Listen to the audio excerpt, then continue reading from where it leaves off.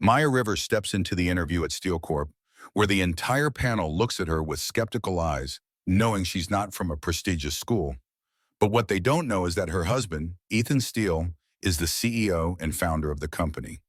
After a series of mocking remarks and harsh challenges, Maya doesn't respond with words, but with bold actions that leave the room silent. And when Ethan enters, everything changes instantly. How will those who once mocked her pay the price? The air turned icy the moment she stepped into the glass-walled conference room.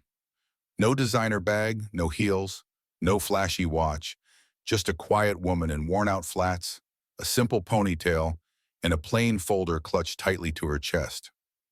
The HR director raised an eyebrow, muttering just loud enough for the sting to land. Looks like she borrowed that outfit from a lost and found. A slick-haired guy in a pinstripe suit, another candidate, jumped in without missing a beat. We're here to interview candidates, not collect charity cases. Laughter flickered across the room. No one even glanced at her resume. Their eyes swept over her like she was an appointment someone forgot to cancel. But Maya Rivers didn't flinch. She stood still, expression steady, folder in hand. They had no idea. They didn't know that the man who had built this company from the ground up, this towering tech empire of steel and glass, was her husband. Steel ECP, the Silicon Valley fortress. 50 floors of raw power, data, domination, a tech giant that bent the world to its will. And on the 40th floor in this sleek interview room, with a mahogany table, floor to ceiling, windows framing the valley, screens flashing with data, Maya stood, 30 years old. Dark hair pulled back in a simple ponytail. Hazel eyes, soft, yet sharp. She was beautiful, not in an obvious way, but in a quiet, grounded manner. Grace woven into every movement, but the thrift store outfit and scuffed flats marked her as an outsider, invisible to people like them. What they didn't see was the mind behind that calm exterior, a mind that could crack code like glass, a will that couldn't be broken. She'd fought her way through every round. Nights spent refining systems that made Steel unstoppable. But none of that mattered now. All they saw was a nobody in cheap clothes. The panel sat like judges, 5 of them. Sharp suits, sharper eyes. Avery Stone, HR director, at the head of the table, her red blazer crisp, blonde bob razor sharp. Greg Palmer, senior exec, lounging next to her, his Rolex catching the light. A pen spinning between his fingers. Tyler Blake, 28, legacy hire, smirking in a suit that screamed old money, his silk tie a noose. Laura Chen, data strategist, peering through sleek glasses, her lips pressed into a skeptical line. Marcus Vaughn, head of operations, arms crossed, buzz cut gleaming under the lights. Hundreds had applied. Now it was down to 2, Maya and Tyler. But their eyes already told the story. The fight was over. Maya stepped forward and handed Avery her resume. Plain white paper. No frills. Just her name and a quiet trail of hard-earned achievements. Avery smirked, passing it to Greg without a second glance. Greg scoffed, barely touching it before flicking it back across the table. No need. The pages slid to a crooked stop in front of Maya. No fancy credentials. No prestigious schools. The wrong major. So tell us, Greg said, his voice dripping with disdain. Why exactly do you think you belong at this company? Maya straightened, her voice calm and clear. I've spent the last 8 years building scalable systems. My last startup tripled revenue using a framework I designed. I'm not here for a seat. I'm here because I solve problems Steely hasn't even named yet. Tyler laughed. Scalable systems? What, like a lemonade stand app? This isn't a pity hire. Avery chimed in. She's delusional. Probably thinks a spreadsheet is high tech. Laura leaned in, cold curiosity in her eyes. What's your degree again? Sociology? Maya nodded. Computer science with a focus on AI ethics. I've published. Marcus cut her off. Published? We don't need homework. We need results. You're already drowning. She tried again. Steady. My last project cut processing times by, Tyler interrupted. Save the bedtime stories, kid. No one's buying. Avery didn't even try to hide it. She grabbed a marcuser and scrawled across Maya's resume in bold black ink, "Loser." The marcuser bled through the paper like venom. "That's your title now," she sneered. Tyler whooped. "Sign it! Frame it!" Greg clapped. "She's a masterpiece of failure." The panel roared with laughter, phones out, cameras rolling. Maya stood there, ink smearing under her fingers as she held the page. But she didn't break. Her silence was a wall. Free tapped her pen. "You're wasting our oxygen. Did you borrow that skirt from a thrift bin?" Greg chuckled. "She looks like she dressed for the flea market. Where's the haggling booth?" Tyler leaned back. "Ever even seen a boardroom? Maybe on a sitcom?" The laughter bounced off the glass walls, sharp and cruel. A pack circling. Maya didn't blink. "I'm here to talk qualifications, not clothes." Avery rolled her eyes. "Qualifications? Honey, you don't even have entry level." Laura smirked. "Try retail. You've got the vibe for it." Marcus chimed in. "Yeah, stick to the bottom rung. This is the big leagues, not a charity drive." Laura leaned forward, her fingers gripping the stapler with a kind of gleeful determination. With a snap, she drove its metal teeth into Na's resume. "Let's shred the fairy tale," she hissed, her voice cutting the air. Marcus's laughter came quickly, a sharp bark. "Swiss cheese resume."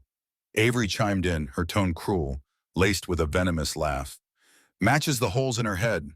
The pages tore, the sound sharp and final. Staples scattered across the table, like tiny nails in her coffin.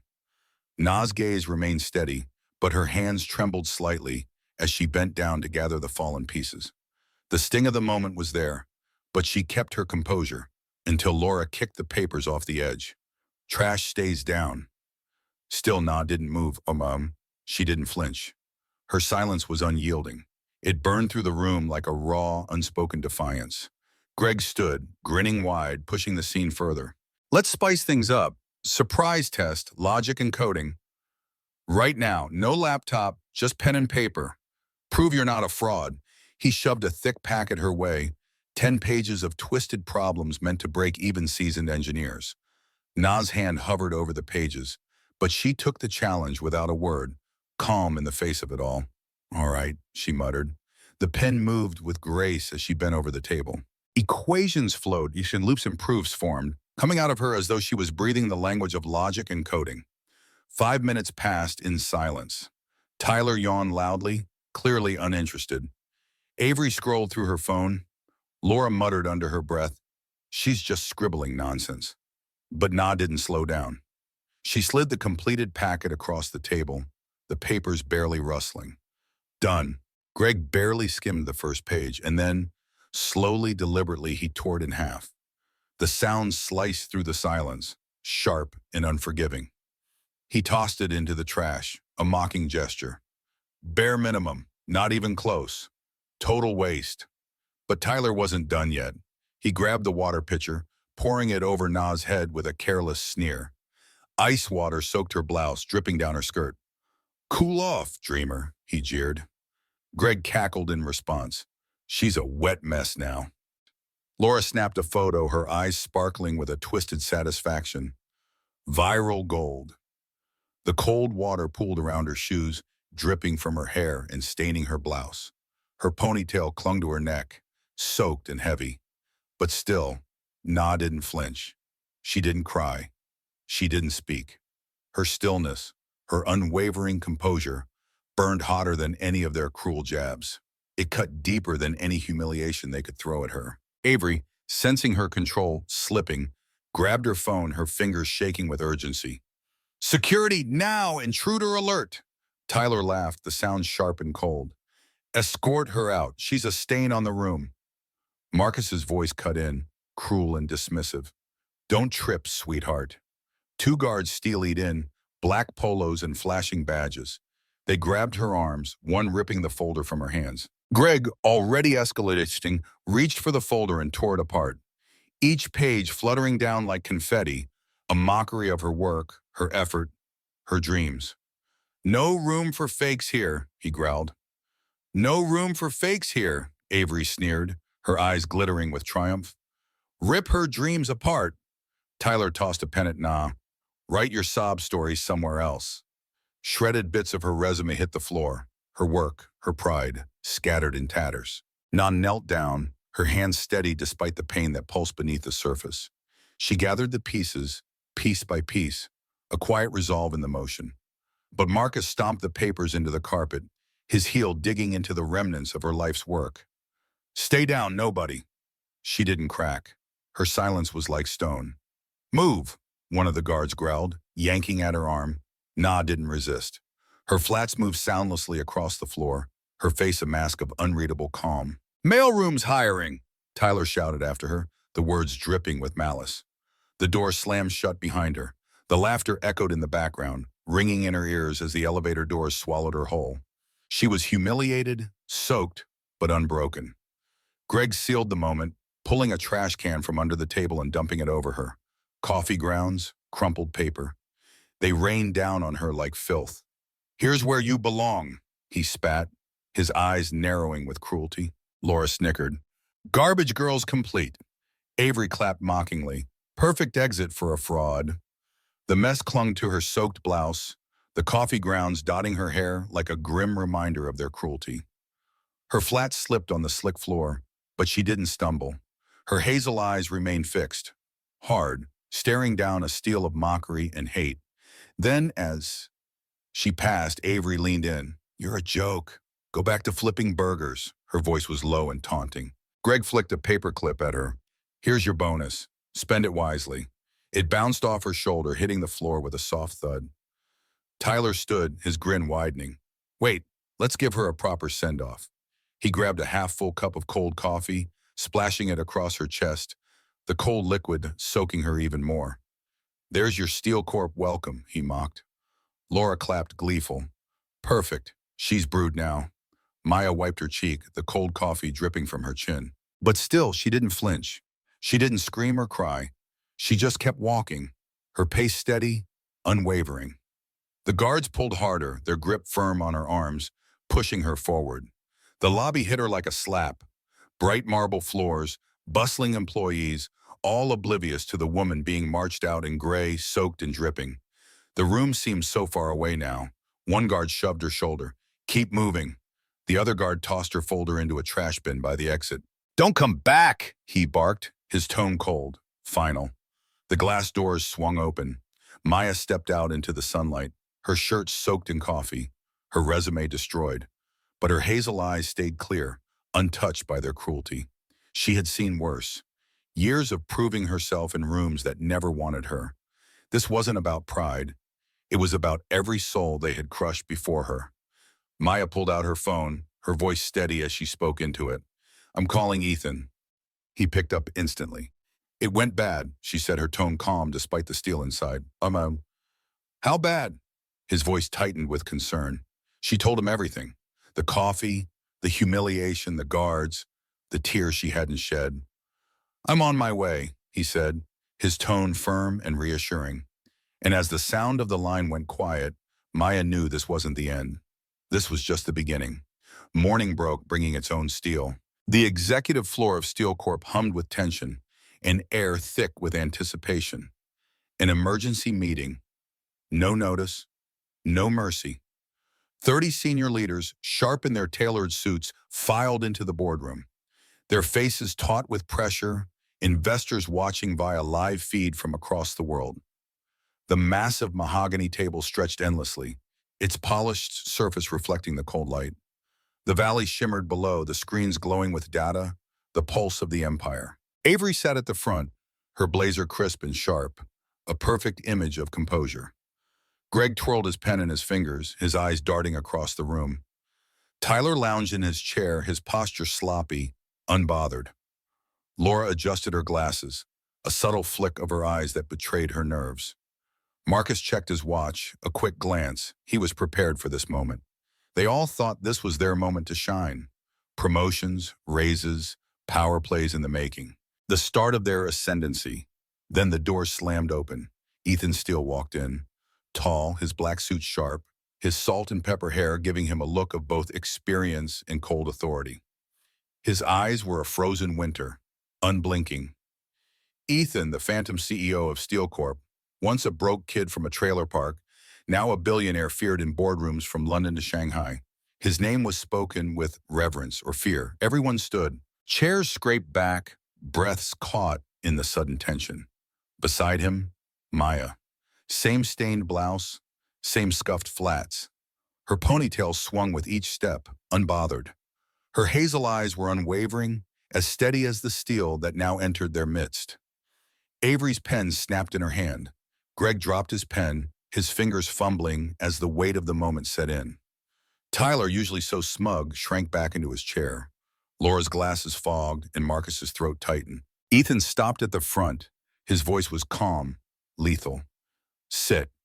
They all dropped like stones, as if obeying an invisible command. I gave this team one job, Ethan said, his voice cutting through the silence. Assess leadership candidates. Spot the ones who are ready to rise.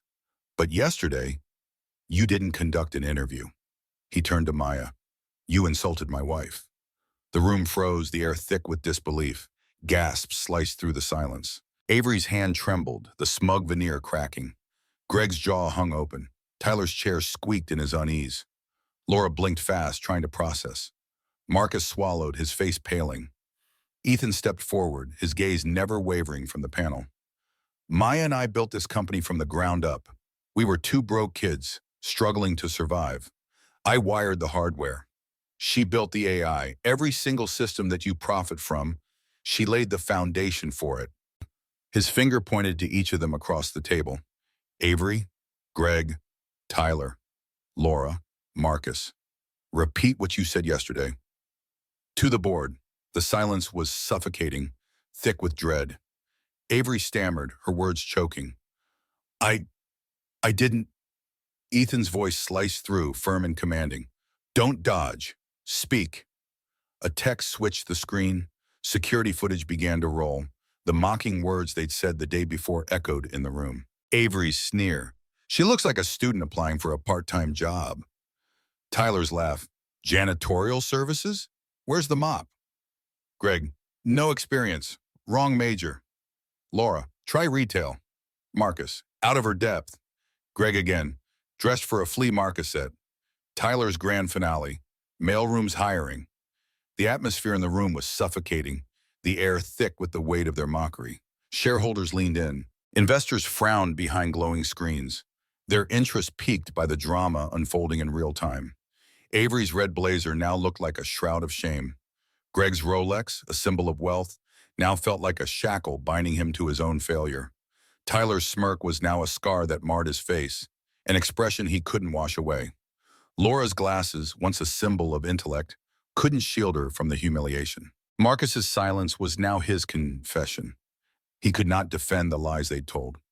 They had mocked the very woman who had shaped the foundation of their empire, and now, in front of the world, they were being dismantled by the woman they thought they had broken.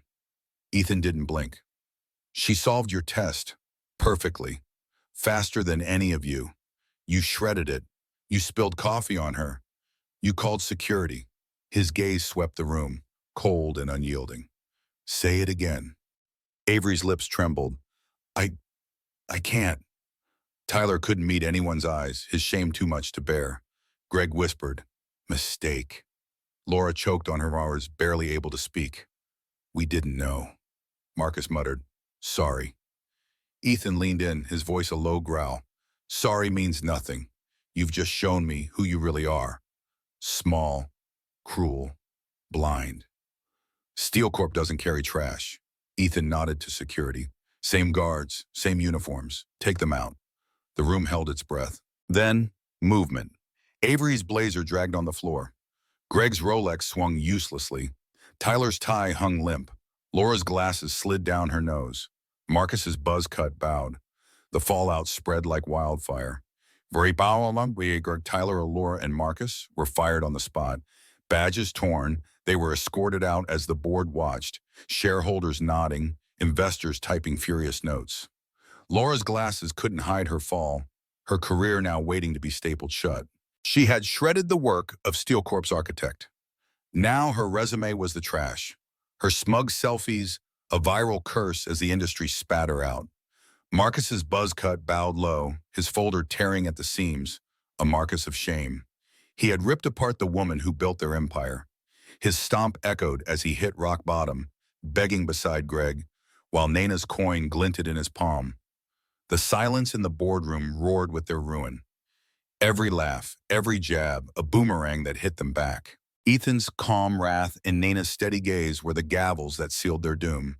Their own words the ropes that hung them. Steel Corp blacklisted them, their names burned across the industry. No firm would touch them. Resumes shredded, calls blocked, LinkedIn profiles dead. Avery's blazer hit a thrift rack. Greg's Rolex pawned for rent. Tyler's empire crumbled. Laura's glasses sold for scraps, and Marcus's swagger turned to dust. Their titles, reputations, and lives erased in a heartbeat, all for mocking the woman they never saw. 6 months later, rain poured at a downtown station. Commuters rushed, umbrellas snapping. Greg Palmer, once a Steel Corp executive, now unshaven, his coat torn, slumped against the wall. A cardboard sign trembling in his hands read, "Please help." His Rolex was gone, his smirk a faint echo, fingers trembling in the cold. Heels clicked. Nena, hair still in a ponytail, now in a navy coat, her presence a quiet steel. She had just keynoted at an AI ethics summit, her voice shaping the future while his had shattered. She paused, reached into her pocket, pulled out a quarter, cold and shiny, and dropped it into his palm. It glinted. The man who had torn apart her test now held her coin. She met his eyes, a faint smile flickering, then continued on, her shoes tapping the ground steadily. Her strength was a silent thunder. The coin wasn't pity, it was justice, cold and sharp. Nana didn't need to scream.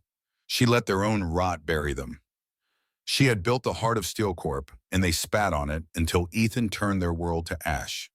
Now she stood taller while they sank lower. A lesson carved in their fall. If you've ever been judged by how you look, hit like, leave a comment, and don't forget to subscribe for more stories that hit hard.